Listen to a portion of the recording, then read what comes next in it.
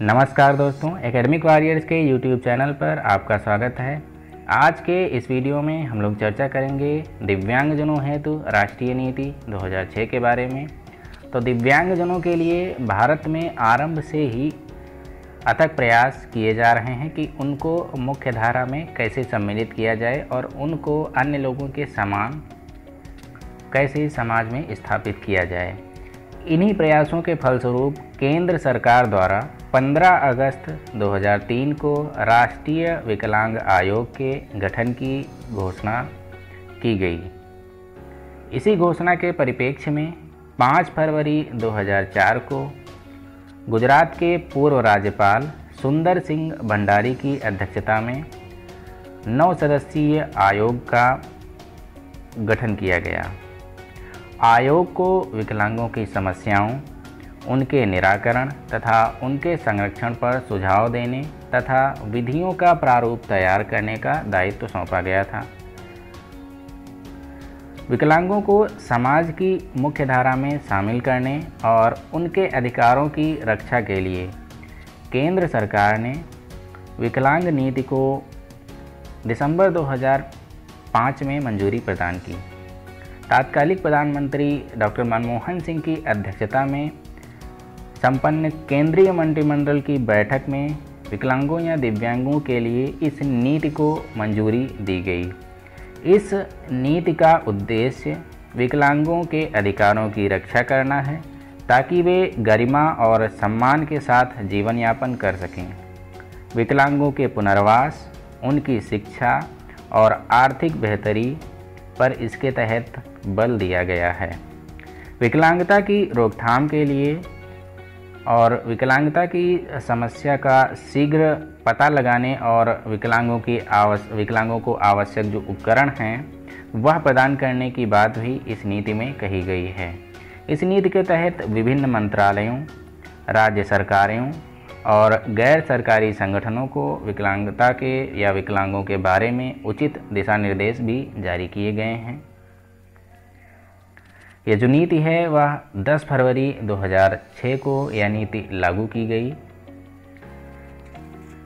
यह नीति अपने प्रेम्बल में कहती है कि भारत का संविधान अपने सभी नागरिकों को समानता, स्वतंत्रता व न्याय व गरिमा सुनिश्चित करता है और विकलांग व्यक्तियों को समान अवसर तथा प्रभावी पुनर्वास मिले, ऐसी व्यवस्था होनी चाहिए जिससे दिव्यांग जो व्यक्ति हैं वह भी समाज में अपना सम्मानपूर्ण जीवन व्यतीत कर सकें। और यदि देखा जाए जनगणना 2001 के मुताबिक तो 2.19 करोड़ व्यक्ति विकलांगता के शिकार हैं, जो कि कुल जनसंख्या का 2.13% हिस्सा हैं, जिनमें से 75% विकलांग या दिव्यांग व्यक्ति ऐसे हैं जो ग्रामीण इलाकों में रहते हैं तथा 49% विकलांग व्यक्ति साक्षर हैं व 34% रोजगार प्राप्त हैं। विकलांगों के अधिकारों हेतु भारत सरकार ने जो 3 प्रमुख कानूनों का प्रावधान उस समय जो था वह 3 प्रमुख कानून थे। PWD एक्ट 1995, जिसका पूरा नाम है विकलांग व्यक्ति समान अवसर, अधिकार, सुरक्षा तथा संपूर्ण भागीदारी अधिनियम 1995। दूसरा एक्ट था वह था NT एक्ट 1999। तीसरा था RCI अधिनियम या RCI एक्ट 1992। और विकलांगों के पुनर्वास और विकलांगता की रोकथाम हेतु तथा विकलांगों को विभिन्न प्रकार की सेवाएं प्राप्त करने हेतु विभिन्न प्रकार की विकलांगता हेतु 7 जो राष्ट्रीय संस्थान थे उस समय कार्यरत थे, जो कि वर्तमान समय में 9 राष्ट्रीय संस्थान कार्यरत हैं। राष्ट्रीय नीति के प्रारंभ में यह कहा गया है कि यह राष्ट्रीय नीति यह मानती है कि जो विकलांग या दिव्यांग व्यक्ति हैं देश के लिए मूल्यवान मानव संसाधन होते हैं तथा यह ऐसे व्यक्तियों को समाज अवसरों जो समाज में समान अवसर इन्हें प्रदान किए जाने चाहिए, उनके अधिकारों की सुरक्षा की जानी चाहिए तथा समाज में पूर्ण भागीदारी का प्रयास किया जाना चाहिए, जिससे ये जो दिव्यांग व्यक्ति हैं वह समाज में सम्मानपूर्ण अपना जीवन यापन कर सकें। इसके अंतर्गत विकलांगता की रोकथाम के लिए जो उपाय हैं वह बताए गए हैं कि विकलांगता को सारे मामलों में बहुत सारे मामले ऐसे होते हैं कि विकलांगता को रोका जा सकता है। इसके लिए जो भरपूर प्रयास हैं वह करने की आवश्यकता होती है। कई रोग ऐसे होते हैं जो समय के साथ बढ़ते जाते हैं और उनका अगर प्रारंभिक स्तर पर उनका पता कर लिया जाए तो उनका निवारण या उनके प्रभाव को कम किया जा सकता है। इसीलिए जो गर्भावस्था है उसके दौरान या उसके बाद होने वाली जो विकलांगताएं हैं उनके प्रति जागरूकता फैलाने की आवश्यकता है। पुनर्वास के उपायों की चर्चा की गई है, जिसके अंतर्गत 3 प्रकार का पुनर्वास बताया गया है, जिसमें है शारीरिक पुनर्वास, दूसरा व्यावसायिक शिक्षा समेत शैक्षणिक पुनर्वास और तीसरा है आर्थिक पुनर्वास। शारीरिक पुनर्वास जिसमें आरंभिक पहचान तथा उपचार, परामर्श व चिकित्सा तथा मदद व उपकरण का प्रावधान है। शारीरिक पुनर्वास के अंतर्गत जो दिव्यांगता की है पहचान है वह आरंभिक स्तरों में की जा सके। जो विकलांगता का आरंभिक स्तर होता है उसमें यदि विकलांगता की पहचान की जाएगी तो विकलांगता के प्रभाव को कम से कम किया जा सकता है और उपयुक्त उपचार के माध्यम उपलब्ध कराए जा सकते हैं। परामर्श व चिकित्सा में मदद करना और कौन से उपकरणों की उन्हें आवश्यकता है यह सब भी इसके अंतर्गत आता है। आरंभिक पहचान उपचार की आवश्यक सुविधाओं की उपलब्धता पर अधिक ध्यान दिया जाए। सरकार खासकर जो ग्रामीण इलाके हैं ऐसी सुविधाओं को उपलब्ध कराया जाए। और मेडिकल पुनर्वास जिसमें विकलांग व्यक्तियों को उनके परिवारों की क्षमता को सुदृढ़ करना और मनोचिकित्सा, फिजियोथेरेपी, ऑक्यूपेशनल थेरेपी, सर्जिकल जो सुधार है वह, दृष्टि मूल्यांकन, दृष्टि उत्तेजन, स्पीच थेरेपी आदि ये सभी ऑडियोलॉजिकल पुनर्वास और विशेष शिक्षा मुहैया कराने का प्रावधान किया जाए, जिसमें राज्य सरकारें, स्थानीय सरकारें और जो गैर सरकारी संगठनों के साथ साथ माता पिता भी यह प्रयास करें। अगली जो सहायक उपकरण हैं वह उचित सहायक उपकरण प्रदान किए जाएं, जिसके अंतर्गत राज्य सरकारें, DDRC व NGO सम्मिलित होकर विभिन्न प्रकार के जो प्रोस्थेसिस और orthosis, tricycle, wheelchair, surgical footwear इत्यादि जो दैनिक जीवन में कार्य करने वाले या काम आने वाले विभिन्न प्रकार के उपकरण हैं उन्हें प्रदान किया जाए। जैसे जो ब्लाइंड व्यक्ति हैं उनको स्टिक और HI व्यक्ति हैं उनको श्रवण यंत्र, और इसके साथ साथ शैक्षणिक कार्य निष्पादन के लिए शैक्षणिक किट और ऐसे यंत्र प्रदान किए जाएं जो इन्हें सहायता प्रदान करें। इसका वर्णन किया गया है।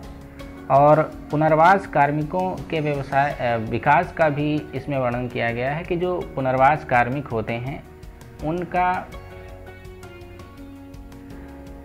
जो विकास किया जाए, आवश्यक मानव संसाधन की ज़रूरतों का मूल्यांकन किया जाए और उनके जो विकास की तैयारी की जाए ताकि पुनर्वास के लिए कोई भी कमी ना हो।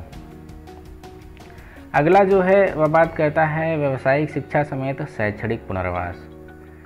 शिक्षा के तहत देखा जाए तो भारतीय संविधान के अनुच्छेद 21A के तहत जहां शिक्षा को मौलिक अधिकार माना गया है और सभी के लिए शिक्षा सुलभ बनाने का प्रावधान किया गया है। और उस समय हम बात करें तो PWD एक्ट 1995 के अनुच्छेद 26 में जो दिव्यांग बच्चे हैं उन्हें 18 वर्ष की उम्र तक मुफ्त और अनिवार्य शिक्षा प्रदान करने का प्रावधान किया गया है। जो जनगणना 2001 है उसके मुताबिक 51% जो दिव्यांग व्यक्ति हैं वह निरक्षर हैं। यह एक बहुत बड़ी आबादी है जो शिक्षा से वंचित है। इसके लिए विभिन्न शैक्षिक कार्यक्रमों का प्रावधान किया जाना चाहिए और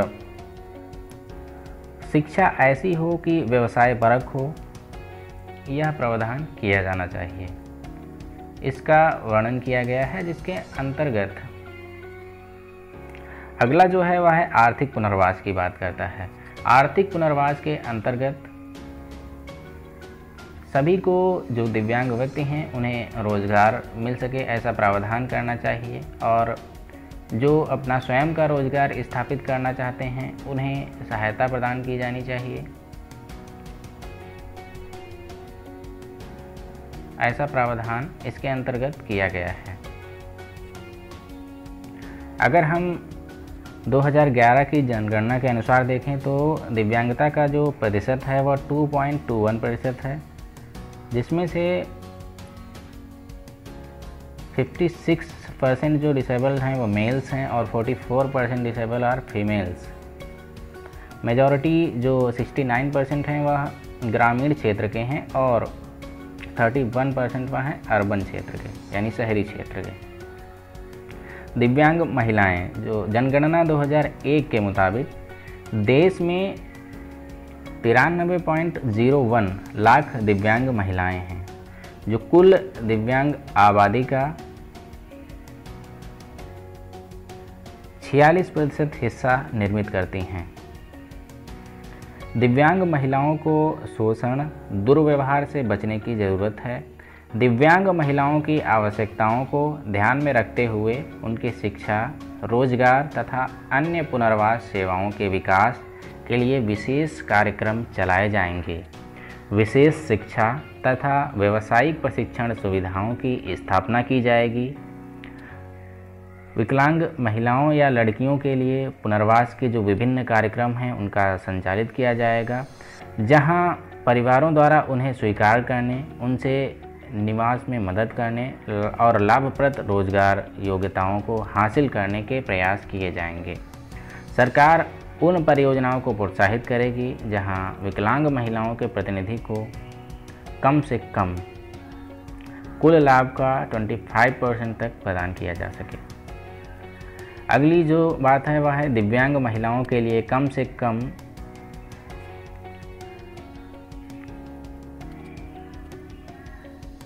रहने के लिए घर, नौकरी पेशा महिलाओं के लिए हॉस्टल, बुजुर्ग जो दिव्यांग महिलाएं हैं उनके लिए घर प्रदान करने के लिए उचित कदम उठाए जाने की बात कही गई है। यह देखा गया है कि जो दिव्यांगता से ग्रसित महिलाएं हैं उनके बच्चों की देखभाल में गंभीर समस्या होती है, क्योंकि वह जो दिव्यांगता से ग्रसित महिलाएं हैं उन्हें खुद किसी की सहायता की आवश्यकता होती है अपने दैनिक कार्यों के निष्पादन हेतु। इसीलिए जब कोई दिव्यांगता से ग्रसित महिला किसी बच्चे को जन्म देती है तो उसके सामने एक समस्या यह उत्पन्न हो जाती है कि वह उस बच्चे की देखभाल, उचित देखभाल कैसे करे। इसके लिए सरकार ऐसी जो दिव्यांग महिलाएं हैं उनको वित्तीय सहायता प्रदान करेगी, जो कि इस नीति की सबसे प्रमुख बात है, ताकि वे अपने बच्चों के लिए परवरिश के लिए आवश्यक सेवाएं उपलब्ध करा सकें। यह जो सहायता है वह 2 वर्ष तक के लिए प्रदान की जाएगी और अधिकतम 2 बच्चों तक मुहैया कराई जाएगी। अगला जो बात कही गई है वह दिव्यांग बच्चों से संबंधित है कि दिव्यांगता के शिकार जो बच्चे हैं सबसे अधिक जो संवेदनशील समूह होते हैं और उन्हें विशेष देखभाल की ज़रूरत होती है। इसलिए सरकार यह व्यवस्था करेगी कि दिव्यांग बच्चों की देखभाल, सुरक्षा के अधिकारों को सुनिश्चित करे, ऐसी व्यवस्था सरकार द्वारा की जाएगी। गरिमा तथा समानता के विकास के लिए अधिकार को सुनिश्चित किया जाएगा जो दिव्यांग बच्चे हैं उनके, ताकि एक सक्षम वातावरण का निर्माण किया जाए जहां दिव्यांग बच्चे अपने अधिकार की पूर्ति कर सकें, विभिन्न कानूनों के अनुरूप समान अवसरों का लाभ उठा सकें तथा समाज में अपनी पूर्ण भागीदारी प्रदर्शित कर सकें।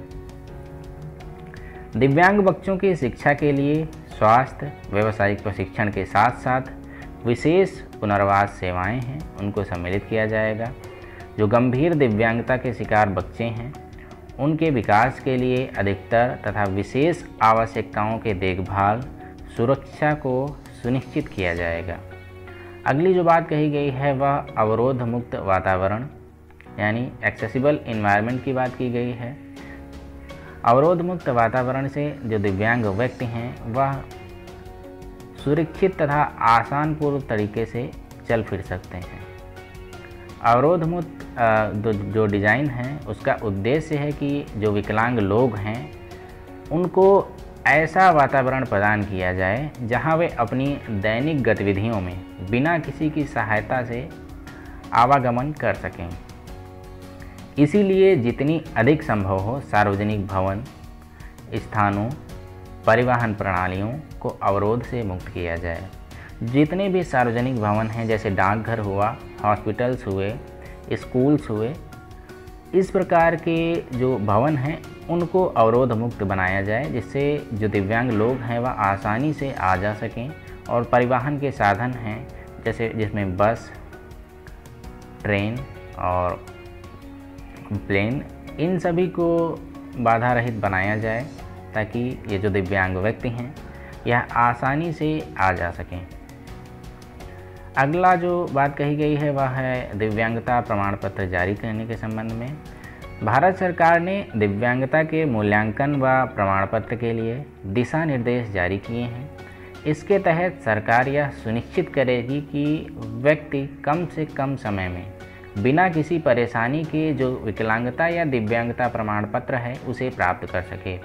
अर्थात जो दिव्यांगता प्रमाण पत्र है उन्हें जो दिव्यांग व्यक्ति हैं उन्हें आसानी से प्राप्त हो सके कम से कम समय में, जिसके लिए सरल, पारदर्शक व ग्राहकोन्मुख प्रक्रियाओं को लागू किया जाएगा। सामाजिक सुरक्षा की बात की गई है जिसमें कहा गया है कि दिव्यांग व्यक्तियों, उनके परिवारों तथा उनकी देखभाल करने वालों को पर्याप्त अतिरिक्त व्यय राशि दी जाएगी।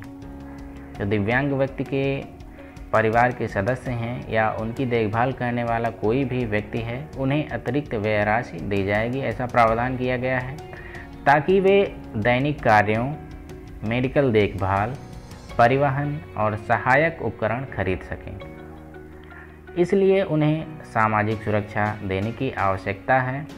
केंद्र सरकार दिव्यांगों व उनके अभिभावकों को करों में छूट दे रही है। जो दिव्यांग के अभिभावक हैं उनको केंद्र सरकार द्वारा जो टैक्स है उसमें छूट प्रदान की जाती है और राज्य सरकारों या केंद्र शासित प्रदेशों में को बेरोजगारी भत्ता या जो दिव्यांगता या विकलांगता पेंशन है वह मुहैया कराई जा रही है। राज्य सरकारों को दिव्यांगों के लिए एक व्यापक सामाजिक सुरक्षा नीति के विकास के लिए बढ़ावा दिया जाएगा इस नीति के अंतर्गत, ऐसी बात कही गई है। ऑटिज्म, सेरेब्रल पॉलिसी, मानसिक मंद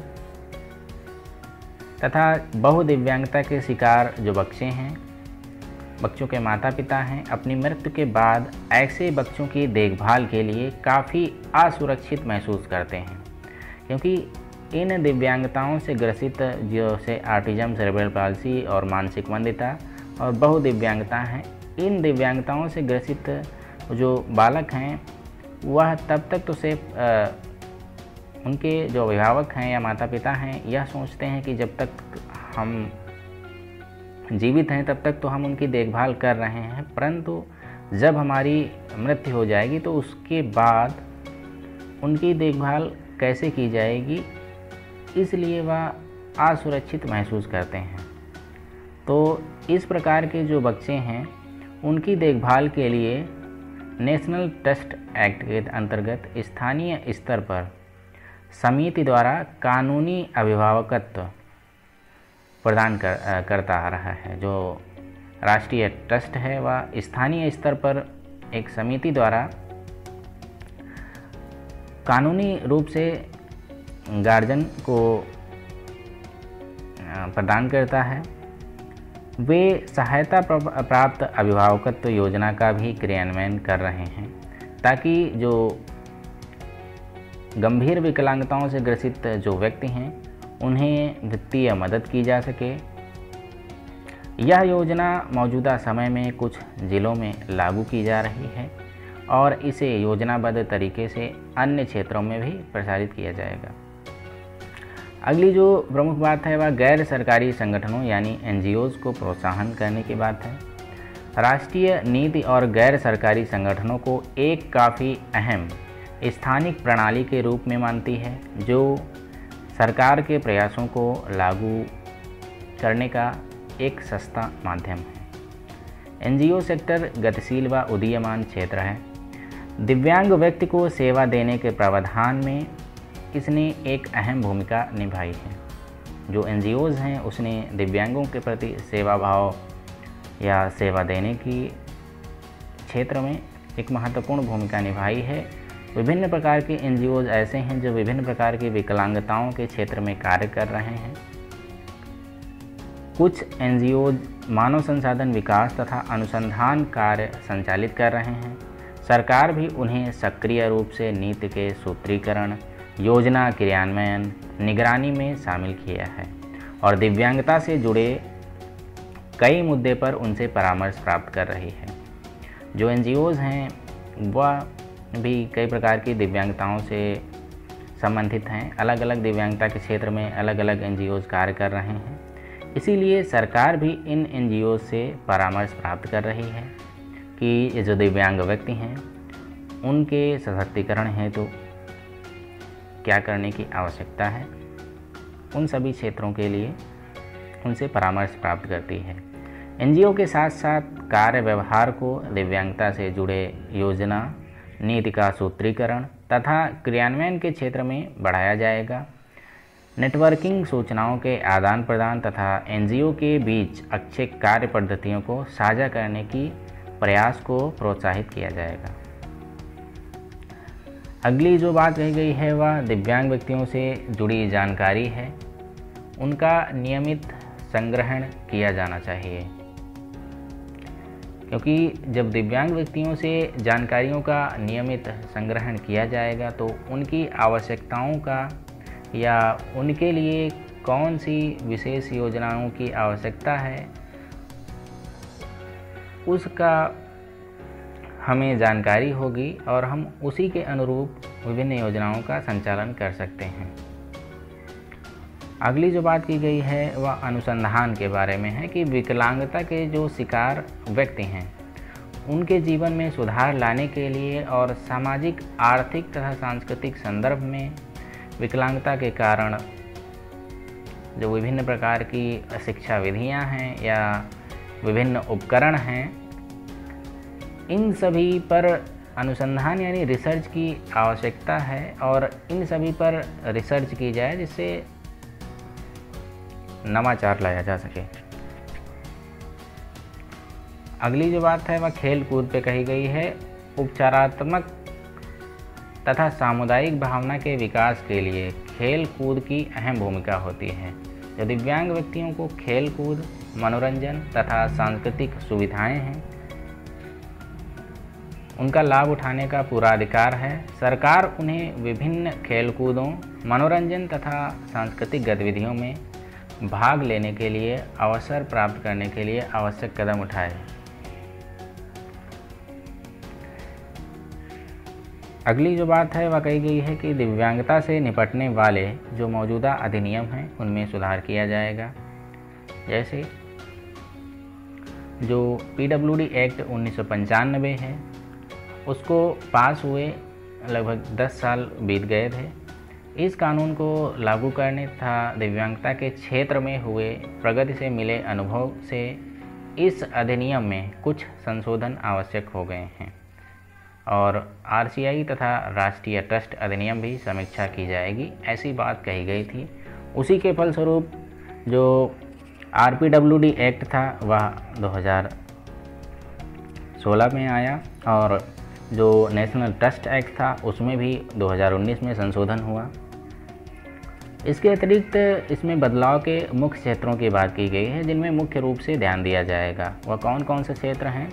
जो रोकथाम, आरंभिक पहचान तथा उपचार मतलब अर्ली इंटरवेंशन, और जो उपचार की बात की गई है, दिव्यांगता की रोकथाम की बात, उस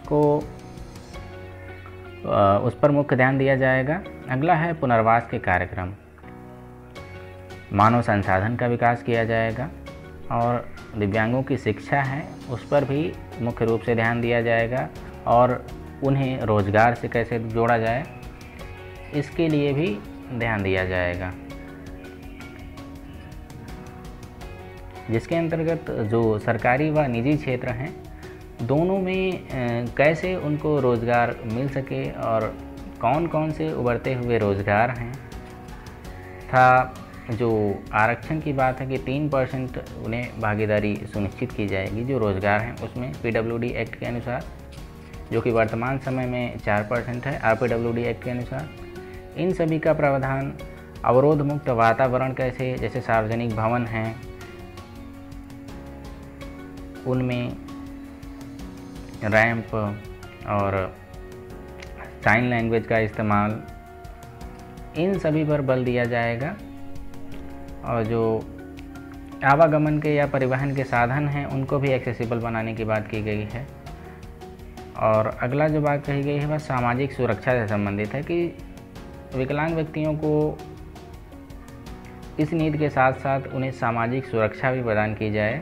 भारतीय जीवन बीमा निगम है विशेष प्रकार के जो दिव्यांग व्यक्ति हैं उनको बीमा की सुरक्षा प्रदान करता आ रहा है। अन्य बीमा एजेंसियों द्वारा भी दिव्यांगों को ऐसी बीमा कवरेज प्रदान करने की आवश्यकता पर बल डाला जाएगा। अगला है जो अनुसंधान है, जो दिव्यांगों की शिक्षा, विभिन्न प्रकार के सहायक उपकरणों, विभिन्न प्रकार के जो उपचार या रोकथाम के क्षेत्र हैं उनका प्रावधान तभी किया जा सकता है जब उस दिव्यांगता के क्षेत्र में अनुसंधान किया जा सके। अनुसंधान के द्वारा नवाचार को बढ़ावा मिलता है, इसीलिए अनुसंधान पर विशेष जोर दिया जाए। अगला जो है वह खेल कूद, मनोरंजन तथा सांस्कृतिक क्रियाकलाप।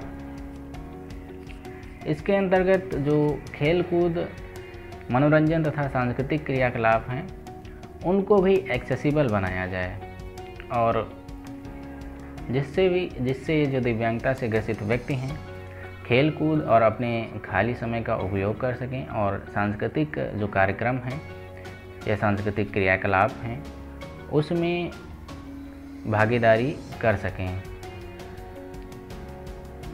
और अंत में यह कहा गया है कि जो हर 5 साल बाद है इस नीति की क्रियान्वयन की समीक्षा की जाएगी कि ये जो नीति तैयार की गई है इस नीति में दिव्यांगों के सशक्तिकरण हेतु कौन कौन से कार्य किए गए हैं और किस क्षेत्र में कार्य करने की आवश्यकता है, इन सभी का प्रावधान किया जाएगा। तो आज के वीडियो में हमने देखा कि जो दिव्यांगजनों हेतु राष्ट्रीय नीति 2006 है उसके अंतर्गत दिव्यांगों को कौन कौन से अधिकार प्रदान किए गए हैं और कौन से मुख्य क्षेत्र हैं जिन पर जोर देने की बात की गई है। तो आज की वीडियो में सिर्फ इतना ही। आशा है आपको यह वीडियो पसंद आई होगी। धन्यवाद।